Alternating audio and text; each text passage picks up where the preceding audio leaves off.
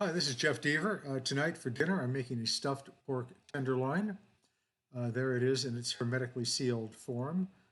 And here are the ingredients. We have a little bit of sugar, some sauteed peaches chopped up, some breadcrumbs, some wild turkey whiskey, some butter, and some bacon on the far right side there. We get some oil going in the pan.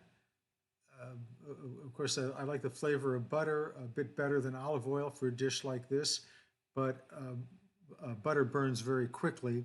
So we want to make sure we get the mix of oil and butter about 50-50 so we can get the butter nice and hot and flavorful, but it doesn't burn. Oh, there's Blush, my little girl, who's curious about why the food is on the counter and not on the floor and in her mouth. Uh, she's a bit demanding that way. So we cook down the butter and oil until it gets nice and toasty warm. You'll know it's ready to start sauteing things when it becomes fragrant. We put the peaches in, stir them around a bit, and let them cook. Cooking. I've added the other ingredients at this point.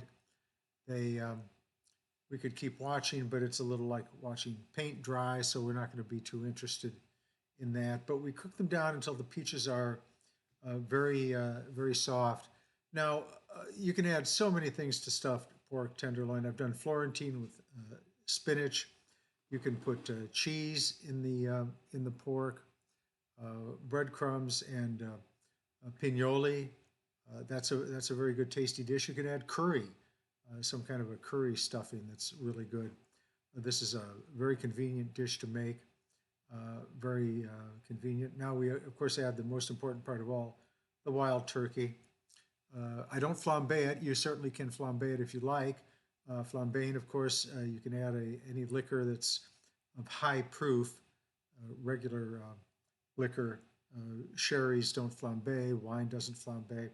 And a trick is to heat it up. Why do we have this here? Well, because I was going to show you a very dramatic scene of me butterflying the pork tenderloin, but that video didn't work out.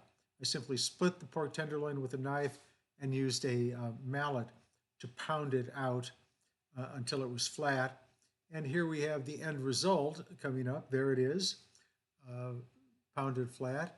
I put the stuffing, the peach and breadcrumb stuffing in the center, and then we tie it up surgically, so to speak, and that can be a little tricky. I like to cut the strings and add them ahead of time so that we have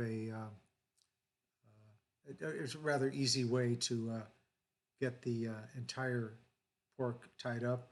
Meanwhile, I have heated up the oven to 425.